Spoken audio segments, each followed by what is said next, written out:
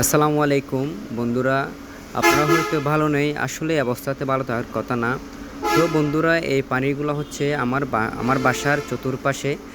এই পাশে একটা নদী আছে, এভাবে পানি চলে যাচ্ছে এবং ঘন্টার পর ঘন্টা পানির গতি বাড়তেছে।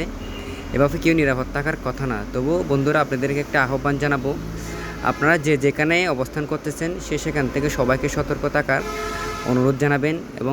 এবং বন্ধুরা, আপনারা যারা পানিতে বন্দি আছে সবাই সেখানে এগিয়ে যাবেন, তাদেরকে সাহায্য করবেন। হ্যাঁ, আসলে বন্ধুরা, এই অবস্থাতে কেউ পাশে না থাকলে তো সবাই তো ঝুঁকিতে পড়ে যাবে।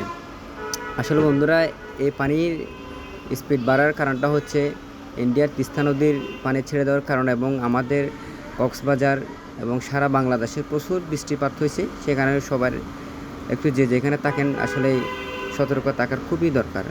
তো বন্ধুরা, আপনারা দেখুন, আসলে খুবই দুঃখজনক বিষয়, খুবই কষ্ট লাগে। আমরা সবাই আল্লাহর কাছে ফরিয়াদ করব যাতে আল্লাহ সবাইকে হেফাজত রাখে, যে যেখানে থাকে সবাই সতর্ক থাকবেন।